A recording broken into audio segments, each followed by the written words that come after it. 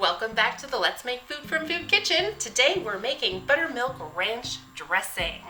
Salad dressing has quite a history. Started in the Babylonian times, typically as oil and vinegar, one or the other, maybe both. Who knows? I wasn't there, neither were you. It's okay.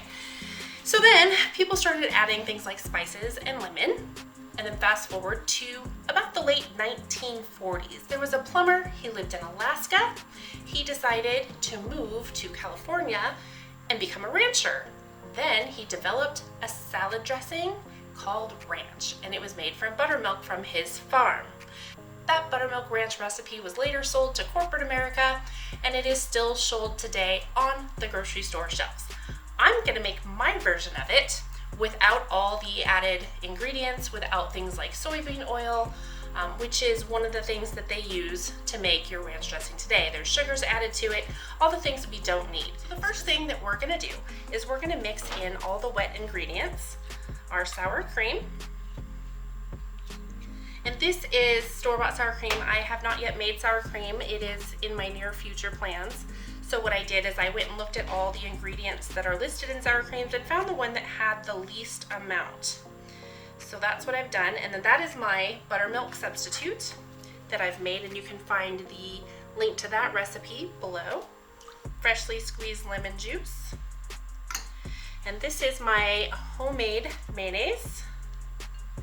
Put that in there. Get it all scraped out. I think I'm gonna add my salt at this point and let that dissolve while I'm chopping up my dill, because I didn't do that in advance on purpose. Okay. Just about got that mixed up. Those things can sit there in the bowl and be happily married while I clean up this mess. 1 second. Now I'm going to take my dill and I'm gonna just put it out on my cutting board and just take my knife, and I'm gonna finely chop this as best I can. We want tiny, tiny little pieces. Of course, you can use dried dill. I just prefer to use fresh. I think it gives it a bolder flavor. Okay, and I think that's pretty good. So I already pre-measured it when I put it in my container. So I just need to get it off my cutting board. This is why I didn't do the chives as well, because it's very messy to get cleaned up off of your cutting board. I use the back of my knife to scrape so I don't dull out my knife or cut my finger, and get as much as I can into my bowl. All right, that's good to go. I just put these for pretty decoration because why not? There is my chives. So I've got all my fresh greens in there. No worries if you're using the dried stuff. Okay. Now that is ready to stir in.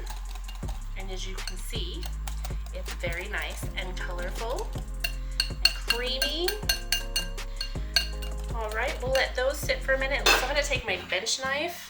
I'm gonna put it right on top of my garlic clove, and I'm just gonna crush it down, okay? And that helps get the process started in getting crushed garlic. There's no way to really get it so fine with a knife that I'm willing to deal with. I know people, professional chefs are probably very skilled at that, but that's not me. So I'm just gonna take my mortar and pestle and grind it up into a paste. Now, if you don't have one of these, that's okay. You can use the back of a spoon and a bowl and just crush it up as best you can. We want to release all that lovely flavor, and it helps not to have big chunks of garlic.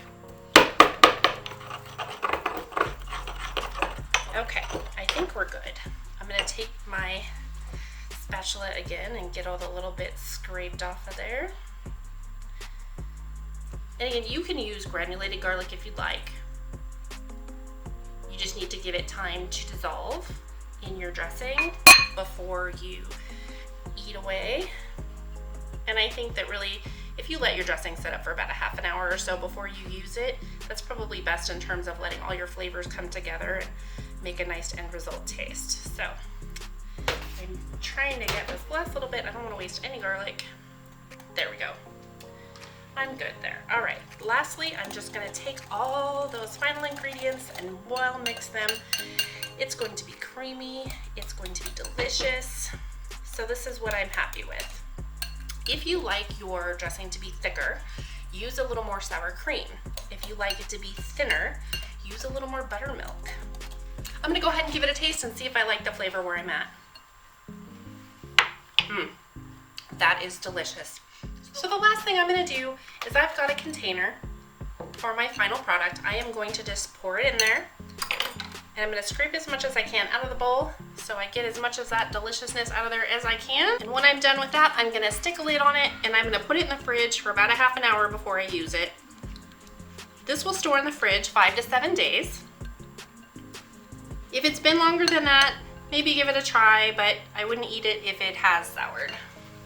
I'm gonna put on my lid, and last but not least, label it. Label your dressing so you know what day you made it. If you get busy in the week, you might forget. There we go. If you liked today's episode, please click that like button. If you enjoy this sort of content, please consider subscribing to our channel. For notifications when we release new content, click the bell. Recipes and instructions are in the description below. And if there's something you'd like to see us make, you tell us what that is right down there in the comments. From our kitchen to yours, let's make food from food. That's one bowl.